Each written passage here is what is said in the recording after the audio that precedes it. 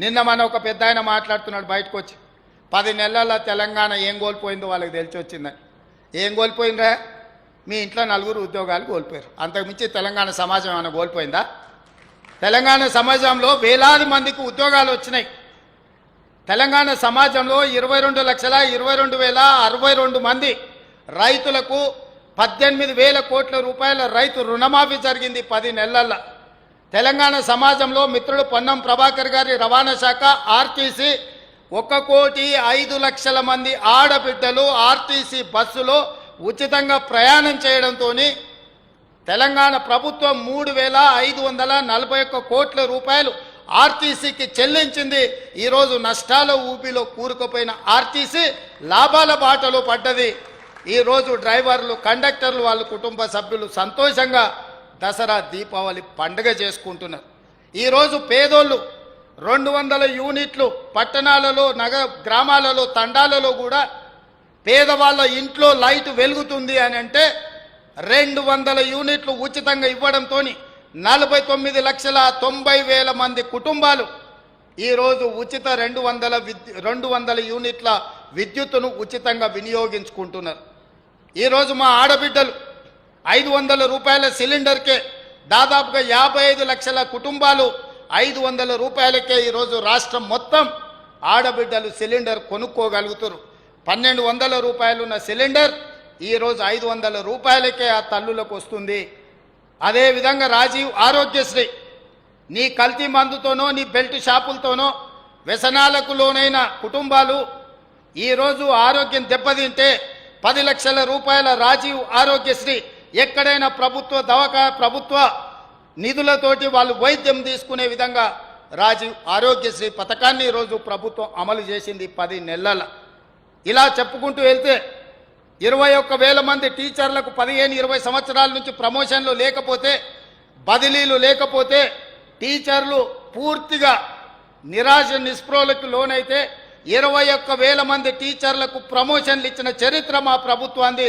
35,000 మంది టీచర్లను బదిలీ చేసి 317 జీవోతో వాళ్ళని ఇబ్బంది పెడితే భార్య ఒక దగ్గర భర్త ఒక దగ్గర ఉంటే వాళ్ళందరినీ ఒక దగ్గర ఉండే విధంగా ఆ జీవోలో ఉన్న లోపాలను సవరించిన ప్రభుత్వం మాది.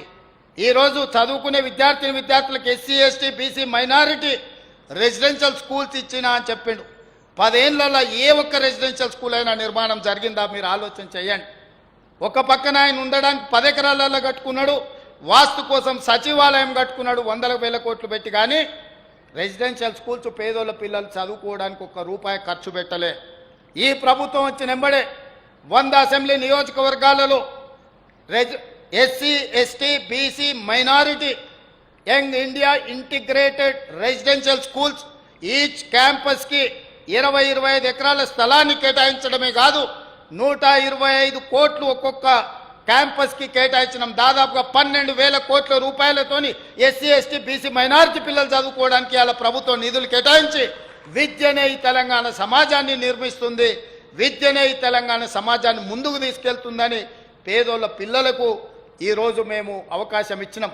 2011లో గ్రూప్ 1 పరీక్షలు నిర్వహిస్తే ఉమ్మడి రాష్ట్రం తర్వాత 13 సంవత్సరాలు గ్రూప్ 1 పరీక్షల్ని నిర్వహించలేకపోయినారు ఎవరు కూడా. ఆనాడు ఉమ్మడి రాష్ట్రం కావచ్చు, ప్రత్యేక తెలంగాణలో కావచ్చు. 21 సంవత్సరాలు నిండిన నిరుద్యోగ యువకుడు గ్రూప్ 1 ఎగ్జామ్ రాసి పెళ్లి చేసుకోవాలంటే వాడికి 34 ఏళ్ళు వచ్చినాయి, ఆ పరీక్షలు నిర్వహించలేదు. ఎందుకు వానికి వస్తాడా? బెడకాయ ముదిరిన పిల్లగాడు ముదిరిన వాడు పిల్లనిచ్చినోడు వస్తాడా? అట్లాంటిది నేను వచ్చినాక ఇందిరమ్మ ప్రభుత్వం ఏర్పడ్డాక పట్టుబట్టి గ్రూప్ 1 పోస్టు ఖాళీలు అన్నిటిని కలిపి 563 గ్రూప్ 1 ఉద్యోగ నోటిఫికేషన్లు ఇచ్చి ఎన్ని చిక్కుముళ్ళు వేయాలని ఎన్ని అడ్డంకులు సృష్టించాలని ప్రయత్నం చేసినా సక్సెస్ఫుల్గా గ్రూప్ 1 పరీక్షలు నిర్వహించి తొందరలోనే 563 మంది గ్రూప్ 1 అధికారులను తెలంగాణ రాష్ట్రానికి ఇవ్వబోతున్నాం. వాళ్ళు ఈ తెలంగాణ పునర్నిర్మాణంలో భాగస్వాములు కాబోతున్నారు. ఈ 10 నెలల్లో ఈరోజు మా సక్సెస్ స్టోరీ. ఈరోజు ఒడ్లు పండిస్తే 500 రూపాయల బోనస్ ఇచ్చి ఈరోజు కొనుగోలు చేసే శక్తి ఈ ప్రభుత్వం తీసుకున్నది, ఈ ప్రభుత్వం అందిస్తున్నది. రైతులను ఆదుకున్నాం, నిరుద్యోగ యువకులను ఆదుకున్నాం, విద్యార్థులకు సరైన విద్యను అందించే ఆలోచన చేసినాం. వైద్యాన్ని అందించాలని పెండింగ్ ఉన్న హాస్పిటల్స్ అన్నిటిని కూడా కన్స్ట్రక్షన్ పూర్తి చేయాలని ఈరోజు ప్రత్యేకంగా చర్యలు తీసుకున్నాం. ఇవన్నీ కూడా ఈ తెలంగాణ సమాజ పునర్నిర్మాణంలో ప్రజలకు వచ్చినాయి. ఆయన అంటుండు తెలంగాణ సమాజం ఏం కోల్పోయిందో ఇప్పుడు తెలిసి వచ్చిందని. ఏం బాధ లేదు నాయన, నువ్వు హ్యాపీగా అక్కడనే పండుకో, నీతో ఏం పని లేదు. తెలంగాణ సమాజం నిన్ను మర్చిపోయింది.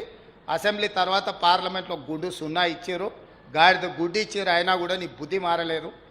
ఇప్పటికైనా మీలో మార్పు రావాలని ఈ ప్రభుత్వం చేపడుతున్న మంచి కార్యక్రమాలకు మీరు మద్దతు ఇవ్వండి. ప్రభుత్వం తీసుకుంటున్న నిర్ణయాలలో ఏమైనా లోపాలు ఉంటే ప్రధాన ప్రతిపక్ష పార్టీ నాయకుడిగా సూచన చేయండి. ఇవాళ బడి దొంగలు విన్నాం కానీ అసెంబ్లీకి రాని వాళ్ళను చూసినామా ఎప్పుడన్నా? అసెంబ్లీ వస్తుందంటే ప్రతిపక్షం పోటీ పడి వచ్చి నించొని ప్రభుత్వాన్ని నిలదీయాలి, అడగాలి, కడగాలి ప్రభుత్వాన్ని. ఆయన రానే రాడు, ఉల్టా అయిపోయింది. రామ్మని మేము అడుకోవాల్సిన పరిస్థితి వచ్చింది.